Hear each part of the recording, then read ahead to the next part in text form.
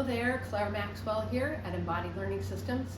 Today's video is the third in a series of 5 about activating core support. But by core support, I mean 3-dimensional strength and mobility in your torso. So today's video is about building back strength, because most people I see in my practice are not lacking in front strength,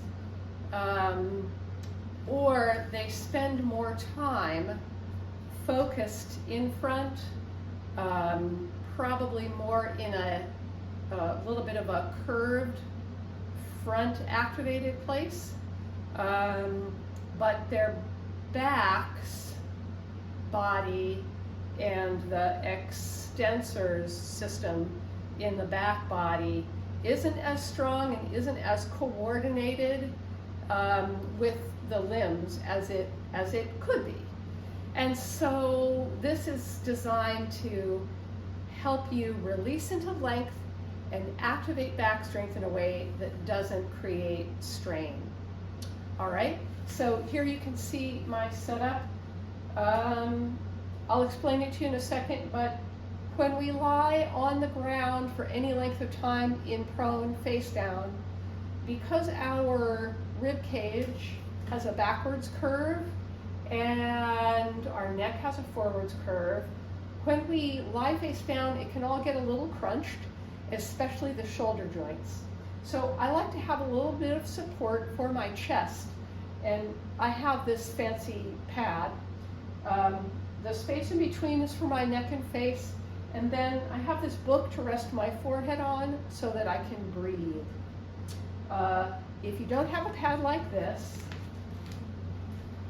you can just use a simple towel that is hopefully as wide as your chest, so that you're not choking yourself when you lie down. Okay, so let's get started.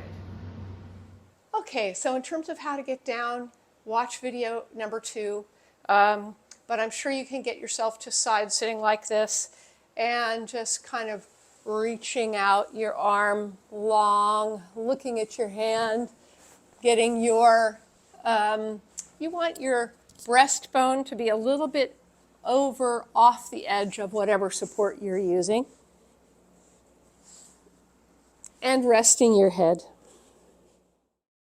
Resting is a big part of this exercise.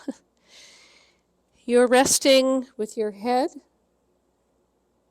and letting all the muscles of your neck and shoulders go.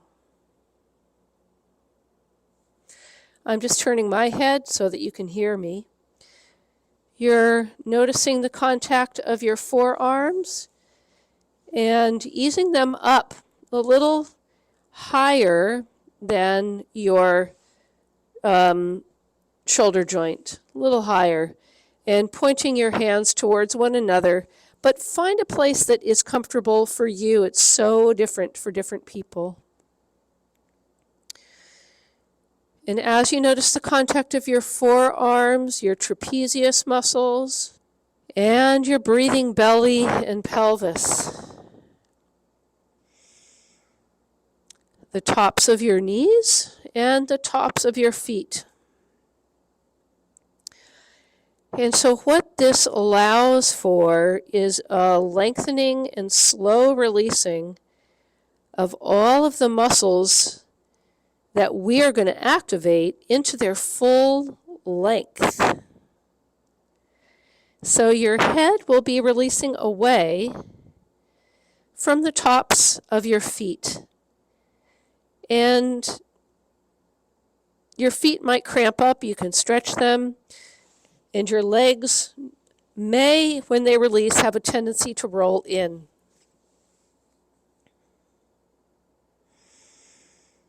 And it's a lovely time to notice your breathing and just enjoy the rising and falling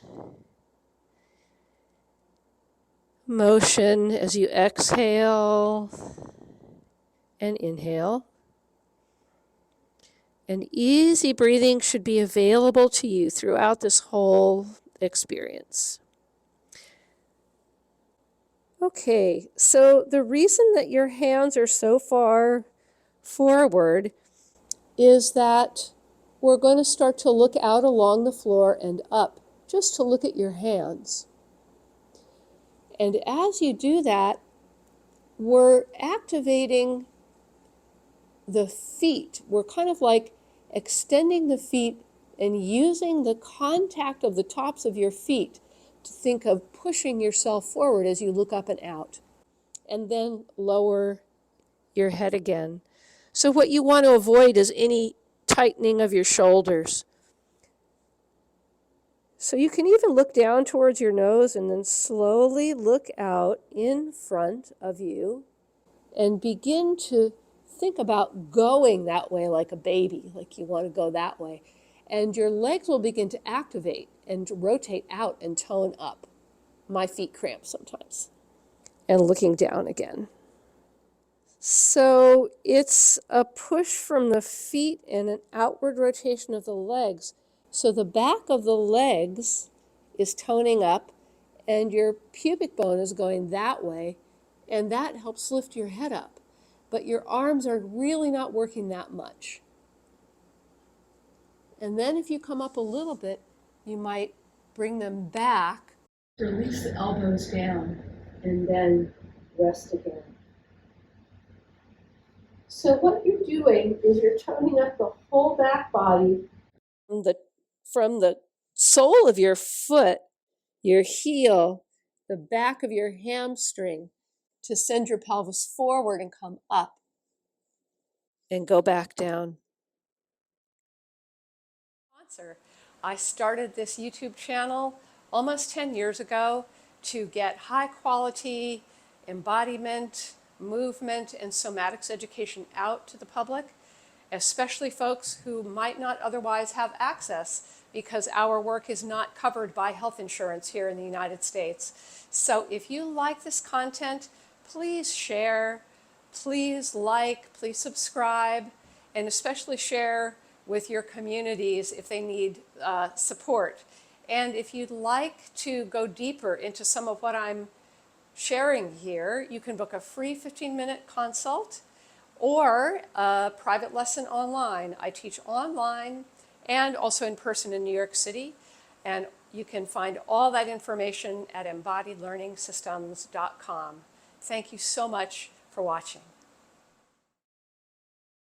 So now just for a little extra stretch, if you look underneath your left armpit, that's what I'm doing, you can begin to draw that elbow back. You can rest the elbow on the ground and reach your right arm out. And what you're going to do is a gentle push from your left hand that you're kind of looking at.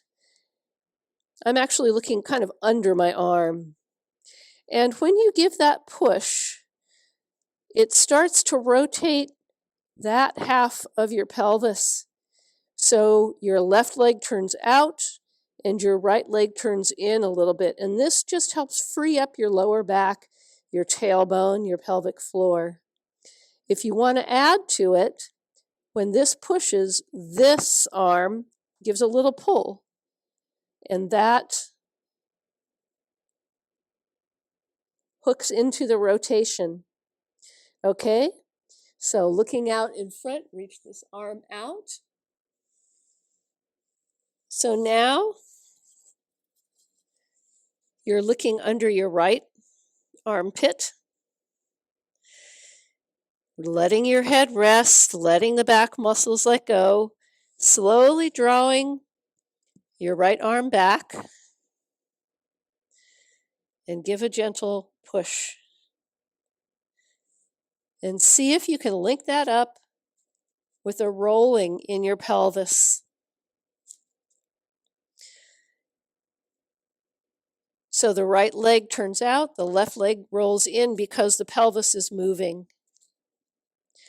And then you can add to that a pull with the left hand. So you coordinate as if the energy was kind of coming around from this hand to this hand.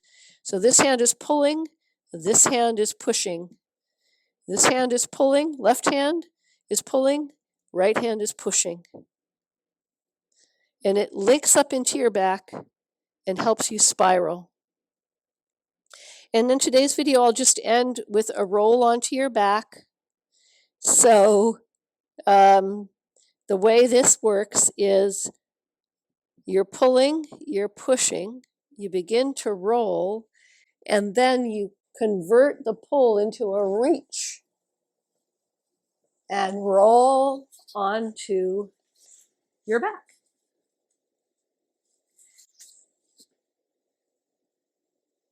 And rest there, just for a little bit. Okay? So next week, we're going to show you 2 different ways of getting up from the ground safely.